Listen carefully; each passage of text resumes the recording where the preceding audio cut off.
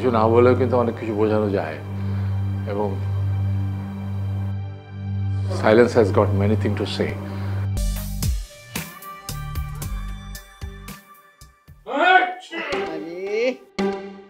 শুরু হলো হাঁচি। এই অচুর পানি মুখে লাগালেই কাশি শুরু হয়ে যায়। আরে অজুর পানি না, এটা হলো ঠান্ডা পানি।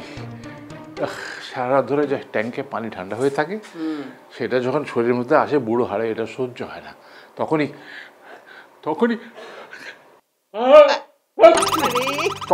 হাঁচিটা শুরু হয়ে যায়। এত জোরে হাঁচি দিচ্ছে সারা ঘর কেঁপে উঠছে।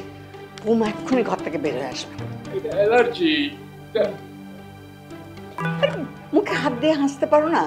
এক্ষুনি বউ ঘর থেকে বের হলো বলে যন্ত্রণা সকাল হতে না হতে। এই যে বউর ঘুম ভেঙে গেছে, এই নাও গামছা।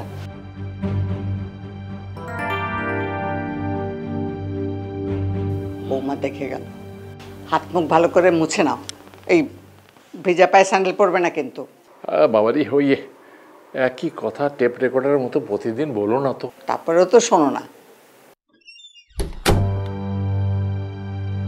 এই সব তো কিন্তু আমি করিনি। বউ তোমার কাণ্ড কারখানা দেখে তারপরে কিছু না বলেই যে এভাবে দরজা বন্ধ করে গেল। কিছু না বলেও কিন্তু অনেক কিছু বোঝানো যায় এবং silence has got many things to say. অ্যাকশনে বুঝিয়ে দেওয়া যায়।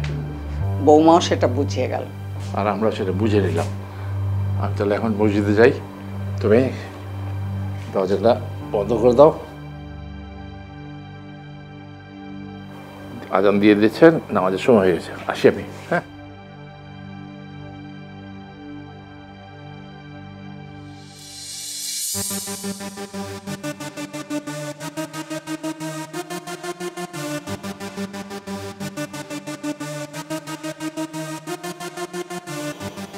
তো দেরি করছে কেন মানুষটা? ফজরের নামাজ মসজিদে তো শেষ হয়েছে প্রায় 2-3 ঘন্টা হয়ে যাবে। এত দেরি করার তো কথা না। রাত্রে ভালো করে ঘুমায়ও নেই, এপাশ ওপাশ করলো দেখলাম। নাকি মসজিদে ঘুমিয়ে পড়েছে। না, সেটা হবে কিসের জন্যে? আর নাকি রাস্তায় পড়ে? না না না, তাহলে তো কেউ না কেউ এসে খবর দিত। কি যে করি, কোথায় খুঁজবো? হ্যাঁ, বারান্দায় গিয়ে যে একটু দেখবো রাস্তা, তারও তো উপায় নেই। আমার ঘরের সামনে তো কোনো বারান্দাই নেই।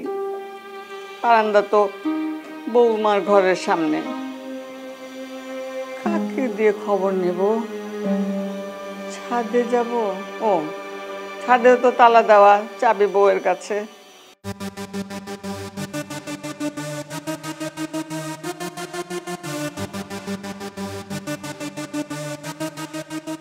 এই মারো, এদিকে এদিকে। ঘুম থেকে উঠেছিস দাদা ভাই? এত বেলা পর্যন্ত কেউ ঘুমায়? ঘুম ভেঙেছে সেই কখন। আজ হলিডে, ক্লাস নেই, তাই একটু চিনি ঘুম দিচ্ছিলাম। তাছাড়া রাত জেগে ফেসবুক চালিয়েছি তো। আমার একটা কথা শুনবি?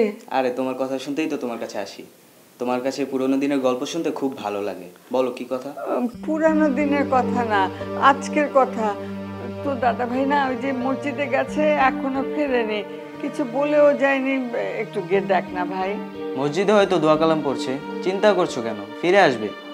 না, মসজিদে এতক্ষণ থাকবে না, কোথাও গেল কি না। কিন্তু দূরে তো যাবার কথা না, বুড়ো মানুষ।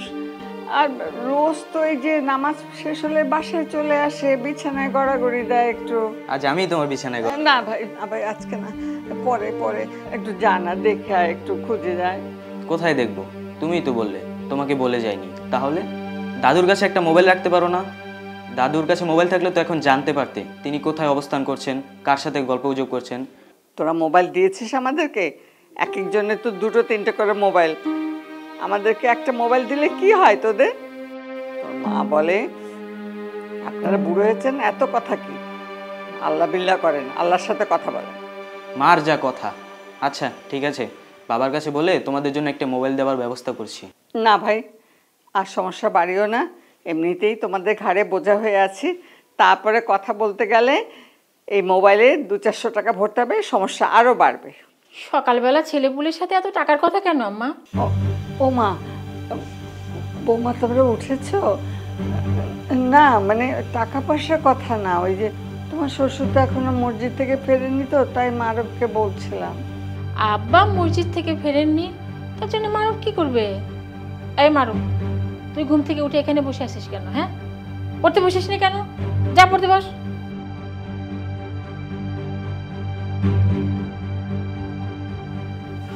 আম্মা, আপনি আবার কোথায় যাচ্ছেন ওদিকে?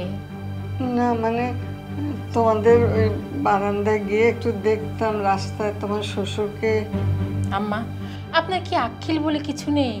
ও ঘরে মারুফের বাবা ঘুমাচ্ছে, আর আপনি ওই বেডরুমের মধ্যে দিয়ে বারান্দায় যাবেন আব্বাকে দেখতে? বৌমা, মারুফের বাবা তো এখনো আমার কাছে মারুফের মতো নেই। না আম্মা, উনি এখন মারুফের আব্বা। আপনি দাঁড়ান, আমি ডেকে দিচ্ছি। ঘুম থেকে উঠুক, তারপর আপনি যেন। সারা সপ্তাহ শেষে কোথায় একদিন ছুটির মধ্যে একটু আরাম করব তা না, যত সব সকাল হতে হতে না চাচামেচি।